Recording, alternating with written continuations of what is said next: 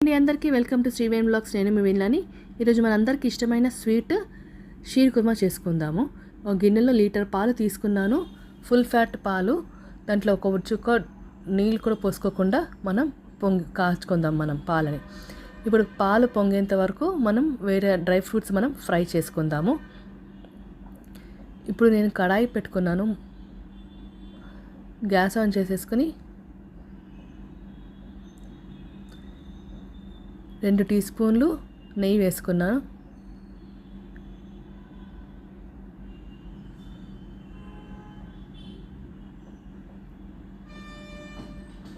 నెయ్యి వేసుకున్న తర్వాత నేను డ్రై ఫ్రూట్స్ అన్నీ ముందు రోజు రాత్రి నానపెట్టుకున్నాను. అందులో ఎండు ఖర్జూరము, బాదాము, కాజు ఉంది. బాదాము స్కిన్ తీసేసాను, అది చిన్న చిన్న ముక్కలకు కోసుకున్నాను. ఎండు ఖర్జూరం కూడా ఇట్లా సన్న సన్న ముక్కలు కోసుకోవాలి. దాని తర్వాత చిరంజీ పప్పులు, కిస్మిస్, అంతా రోస్టెడ్ సెవయ్య. ఇది మామూలు సేమియా ఉండవండి, సన్నగా ఉంటాయి. ఇప్పుడు నెయ్యి వేసుకున్న కడాయిలో డ్రై ఫ్రూట్స్ వేసేసుకుందాము.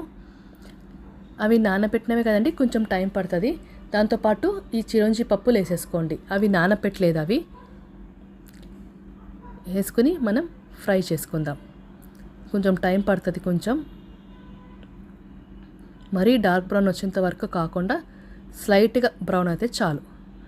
ఇది అయిపోయింది, ఇది స్లైట్ బ్రౌన్. మనం పక్క తీసి పెట్టుకుందాం.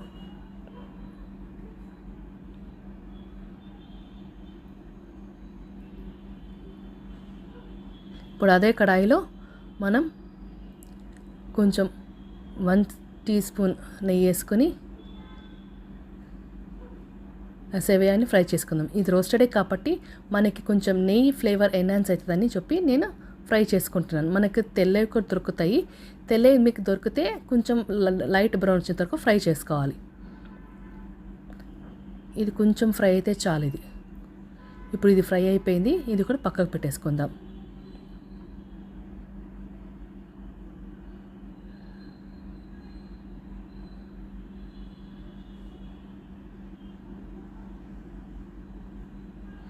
ఇప్పుడు మనం పాలు పొంగాలి.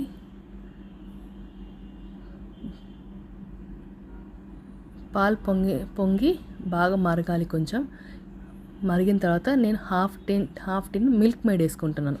మిల్క్ మేడ్ ఏంటంటే మనకి కొంచెం కలర్ ఎన్హాన్స్ ఇస్తుంది, ఒక టేస్ట్ని కూడా మనకి ఎన్హాన్స్ చేస్తుంది అనమాట. కొంచెం నేను 2.5 టీ స్పూన్స్ షుగర్ వేసుకుంటున్నాను. మీకు కొంచెం ఎక్స్ట్రా స్వీట్నెస్ కావాలంటే ఇంకెక్కడ ఎక్కువ వేసుకోవచ్చు షుగర్ని. అడగంటకుండా తిప్పుతూ ఉండండి. ఈ టైంలో మనము కిస్మిస్ తీసుకున్నాను, ఒక 12 కిస్మిస్ వరకు తీసుకున్నాను. దాంట్లో వేసేసుకోవాలి పాలల్లో. దాంతోపాటు మనం ఫ్రై చేసి పెట్టుకున్న డ్రై ఫ్రూట్స్ కూడా వేసేసుకోవాలి.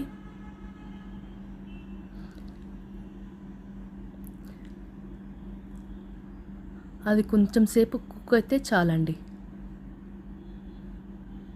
ఒక 2-3 మినిట్స్ వరకు. ఇప్పుడు మనం ఫ్రై చేసి పెట్టుకున్న సేవయ్యాని కూడా మనము వేసేసుకోవాలి. సిమ్లో పెట్టుకోండి స్టవ్ని వేసేటప్పుడు.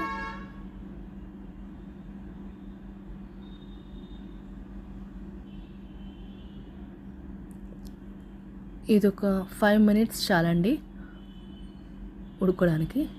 సన్న సేవయ్యానే కదా, తొందరగా ఉడికిపోతుంది, ప్రాబ్లం లేదు.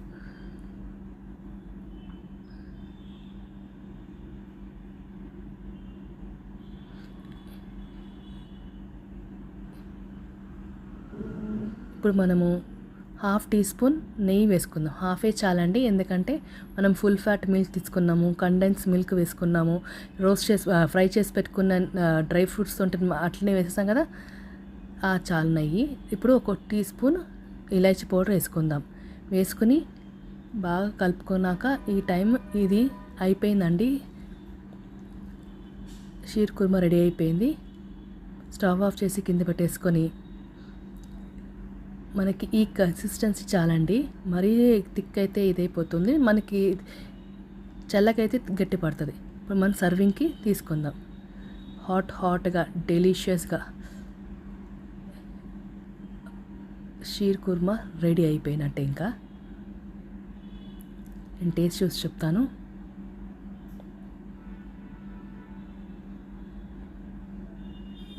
చాలా హాట్గా ఉంది.